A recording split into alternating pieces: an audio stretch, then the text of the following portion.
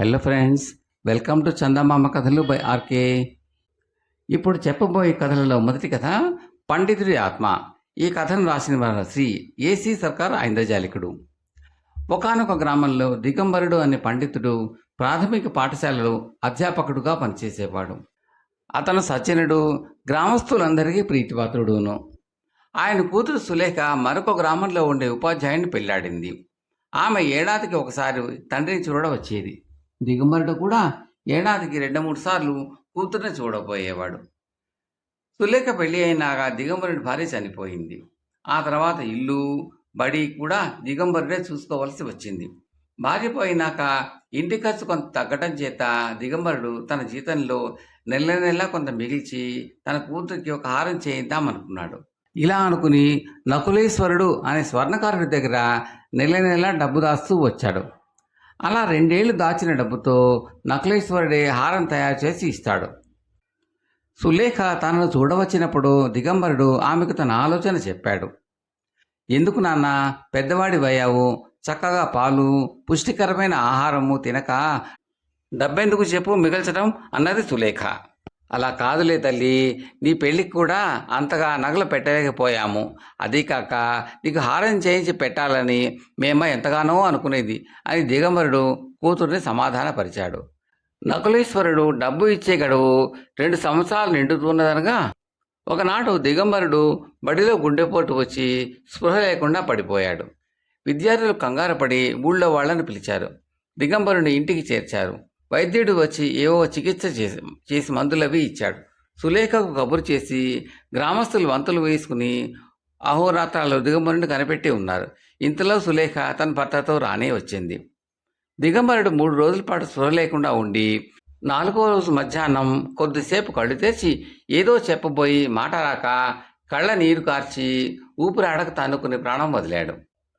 దిగంబరుడు కోరిక ప్రకారం అతని ఇల్లు బడికి ఇచ్చేసి సులేఖ తండ్రికి అంత్యక్రియలు జరిపించింది. ఊళ్ళో అందరూ వచ్చి సులేఖను పరామర్శించారు, కానీ నకులేశ్వరుడు మాత్రం రాలేదు. ఒకనాడు ఉదయం సులేఖ తానే అతన్ని చూడబోయింది. దిగంబరి దాదా పోవటం ఊరికి చాలా నష్టం. నేను చూడడానికి వద్దామనుకున్నాను, కానీ నాకు ఒంట్లో బాగాలేదు అన్నాడు నకులేశ్వరుడు ఇకిలిస్తూ. నాకు కొంచెం ఖర్చు హెచ్చుగా ఉన్నది. మా నాన్న నీ దగ్గర దాచిన డబ్బు ఇచ్చేస్తావా అని సులేఖ అడిగింది. ఏం డబ్బు? మీ నాన్న నాకేమీ ఇవ్వలేదే అన్నాడు నకులేశ్వరుడు. నీ దగ్గర నెల నెలా డబ్బు దాస్తున్నట్టు, నీ చేత నాకు హారం చేయించదలచినట్టు కిందటి నెలే మా నాన్న నాతో అన్నాడు. ఆయన అబద్ధం ఆడాడంటావా అన్నది సులేఖ. అది నాకు తెలియదు. మీ నాన్నకు నేను ఏమీ బాకీ లేను అన్నాడు నకులేశ్వరుడు. సులేఖ వెంట నకులేశ్వరుడి ఇంటికి వచ్చిన ఊరి పెద్దలు కూడా అతనికి ఎంతగానో చెప్పి చూశారు, కానీ తన దగ్గర దిగంబరి డబ్బు ఉన్నట్టు నకులేశ్వరుడు ఒప్పుకోలేదు. వారిలో సోమనాథుడు అనే ఇంద్రజాలికుడు అక్కడున్నాడు. అతను దెయ్యాలను ఆవాహన చేయటంలోనూ బదలగొట్టడంలోనూ మహాఘటికుడు. అతను ముందుకు వచ్చి, సరే సాక్షులు లేవు, దిగంబర పండితుడేమో ఆకస్మికంగా పోయాడు, ఎలాంటి పత్రాలు సంతకాలు లేవు, అందుచేత సమస్య చాలా గడ్డుగా తయారైంది. దీన్ని పరిష్కరించడానికి దిగంబర పండితుడి ఆత్మను ఆవాహన చేసి సాక్ష్యం చెప్పిస్తాను. అందుకు ఏమన్నా అభ్యంతరం ఉంటుందా అన్నాడు. అందరూ ఏకగ్రీవంగా తమ సమ్మతి తెలిపారు. అనుకున్న రోజున దిగంబరుడి ఇంటి ఆవరణలో గ్రామంలోని జనం వింత చూడడానికి గుంపులు గుంపులుగా పోగయ్యారు. చీకటి పడబోతూ ఉండగా సోమనాథుడు ఒక మట్టి పిడతతోనూ మూకుడుతోనూ తయారై, ఎవరైనా దొడ్లో ఉన్న నిమ్మ చెట్టు నుంచి పండబారి కాయలన్నీ కోసుకురండి అన్నాడు. దిగంబరుడి ఆవరణలో ఒక నిమ్మ చెట్టు ఉంది. అది దిగంబరుడికి ఎంతో ప్రీతిపాత్రమైనది. అది ఏడాది పొడుగునా కాసేది. భోజనంలో ప్రతి పూట దిగంబరుడికి నిమ్మకాయ ఉండి తీరాలి. చాలా కాలంగా ఆయనకు గల కోరికను అనుసరించి దిగంబరుని ఆ నిమ్మ చెట్టు సమీపంలోనే దహనం చేశారు. నలుగురు ఉత్సాహంగా వెళ్ళి ఒక బుట్ట నిండుగా నిమ్మకాయలు కోసి తెచ్చారు. సోమనాథుడు గ్రామస్తులతో, దిగంబర పండితుడు పోయి 5 రోజులే అయింది గనక ఆయన ఆత్మ ఇంకా ఇక్కడే తిరుగుతూ ఉండి ఉంటుంది. దాన్ని ఆవాహన చేసి ఆయనకు ఇష్టమైన నిమ్మరసం రుచి చూపిస్తాను. దిగంబర పండితుడు నీకు డబ్బు ఇచ్చిన మాట నిజమైతే ఆయన ఈ కుండలోకి వచ్చినట్టు దాఖలా చూపిస్తాడు అని నిమ్మకాయలన్నీ కోసి రసం ఆ కుండ నిండా నింపి దాని మీద ఒక గుడ్డ కప్పి పైన మూకుడు ఉంచాడు. ఆ తర్వాత సోమనాథుడు ఏవేవో మంత్రాలు చదవసాగాడు. త్వరలోనే ఆ కుండలో సంక్షోభం బయలుదేరింది. నిమ్మరసం కుతకుతలాడసాగింది. కుండలోంచి నురుగు పైకి లేచి మూకుడును ఎగదోయనారంభించింది. పండితుడి ఆత్మ సాక్ష్యం చెబుతున్నది. అతని డబ్బు నకులేశ్వరుడి వద్ద ఉన్నది.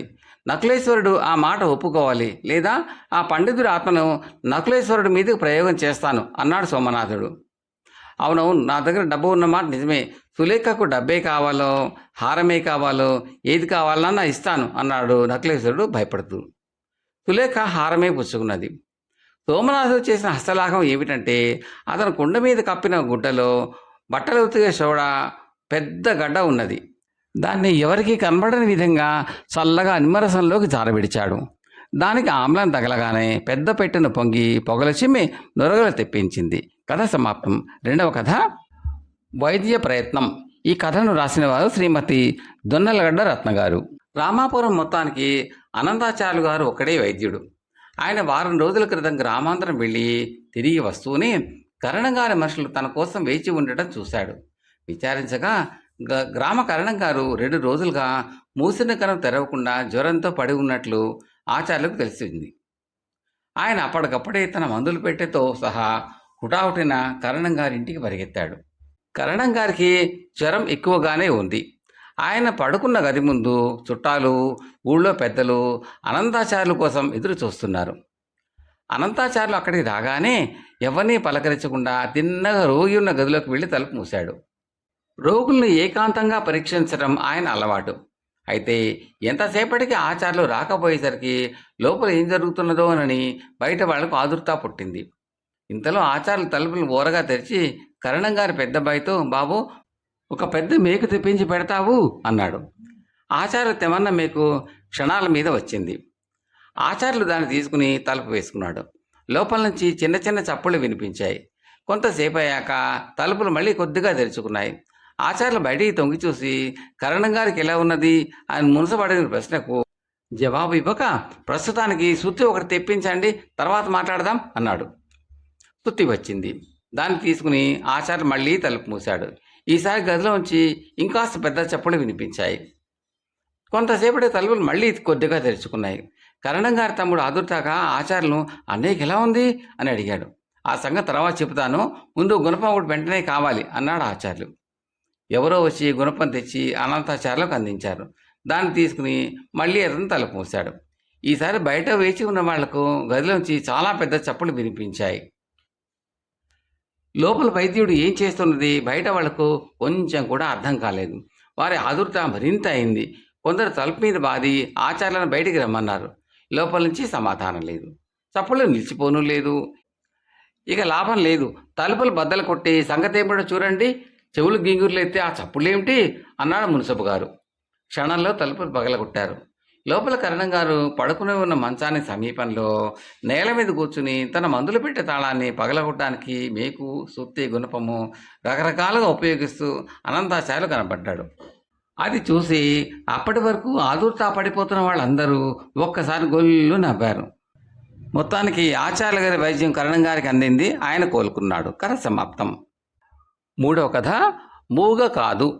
ఈ కథను రాసిన వారు శ్రీ ఎన్ గంగాధరన్ గారు.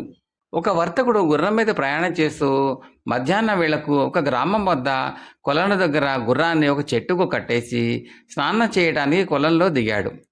అదే సమయంలో ఇంకో ప్రయాణికుడు బక్క చెక్కిన గుర్రం మీద వచ్చి ఆ గుర్రాన్ని అదే చెట్టుకు కట్టేయబోయాడు.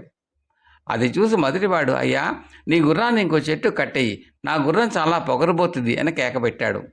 కానీ రెండోవాడు లక్ష్య పెట్టగా తన గుర్రాన్ని ఆ చెట్టుకే కట్టాడు. బక్క గుర్రం పొగరు గుర్రాన్ని కవ్వించింది. రెంటికి జగడం జరిగి బక్క చెక్కిన గుర్రం కాస్త చచ్చింది.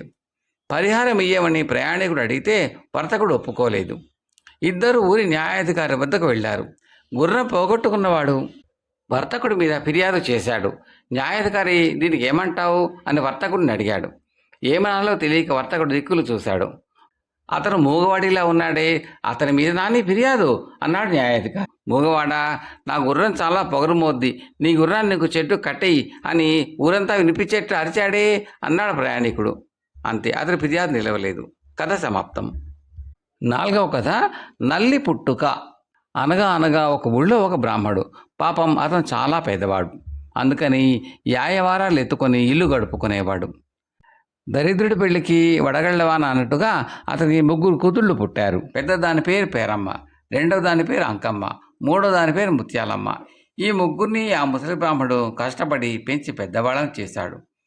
ముగ్గురు చాలా అందంగా ఉండేవాళ్ళు. అందువల్ల ముగ్గురికి మంచి సంబంధాలు వచ్చాయి.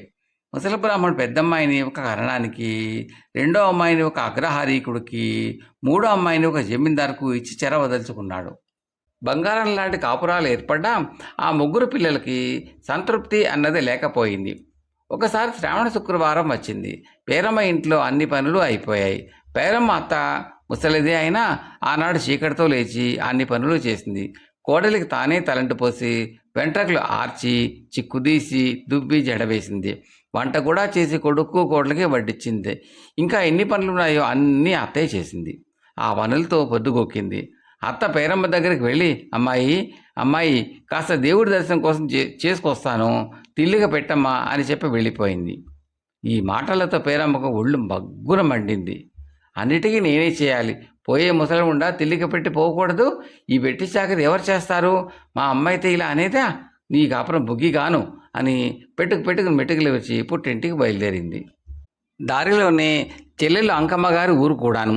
పోతూ పోతూ పేరమ్మ చెల్లెలి ఇంటికి వెళ్ళింది. చెల్లెలు అంకమ్మకు తన కష్టాలన్నీ చెప్పుకొని ఏడ్చింది.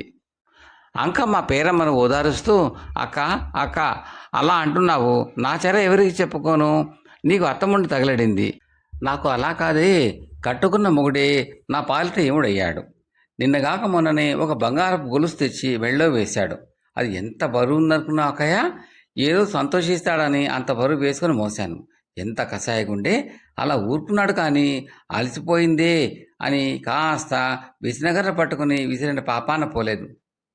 రామ ఏ జన్మ నక్షత్రంలో పుట్టాడో జాలి అనేది ఏ కోశాన లేదు కదా.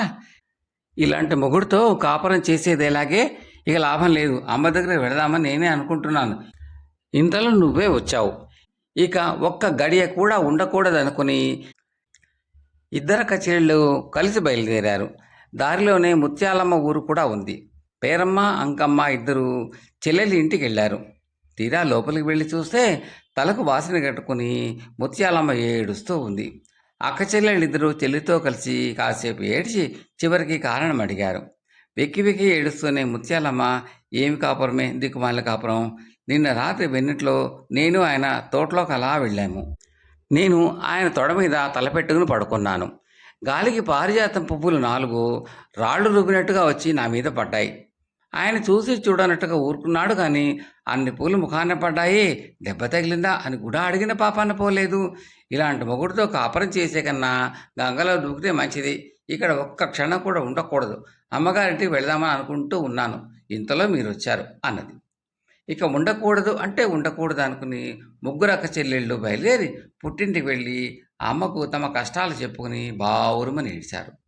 అప్పుడు వాళ్ళమ్మ ఇలా అంది, నా అల్లుళ్ళే కాస్తలో కాస్తన్నా నయం, మీ నాన్న వంటి వాడు భూలోకంలో ఇక పుట్టడు పెరగబోడు, మొన్నగాక మొన్న యాయవారానికి వెళ్ళి గిద్దెడు బియ్యం తెచ్చాడు, అందులో ఇన్ని పప్పు పోసి రొట్టెలు కాలుద్దామని పొయ్యి దగ్గర కూర్చున్నాను, ఆయన స్నానానికి వెళ్ళాడు, నేను 3 రొట్టెలు కాల్చాను, ఉప్పు చాలిందా లేదా అని చూసేటప్పటికి ఒకటైపోయింది, కాలిందో లేదో అని చూసేటప్పటికి రెండవది అయిపోయింది, ఆయన వచ్చిందాక చేతులు ముందేసుకుని ఎలా కూర్చొని ఆయన వచ్చేటప్పటికి 3వది కూడా అయిపోయింది, మీ నాయన మటుకు మీ నాయన గుట్ల పగించి చూశాడా, కానీ అయ్యో అన్ని రొట్టెలు తిన్నావు కాబోలు, కడుపు నొప్పి వచ్చిందా, మందు తెచ్చేదా అన్న పాపాన కూడా పోలేదు, అదేం మనిషో.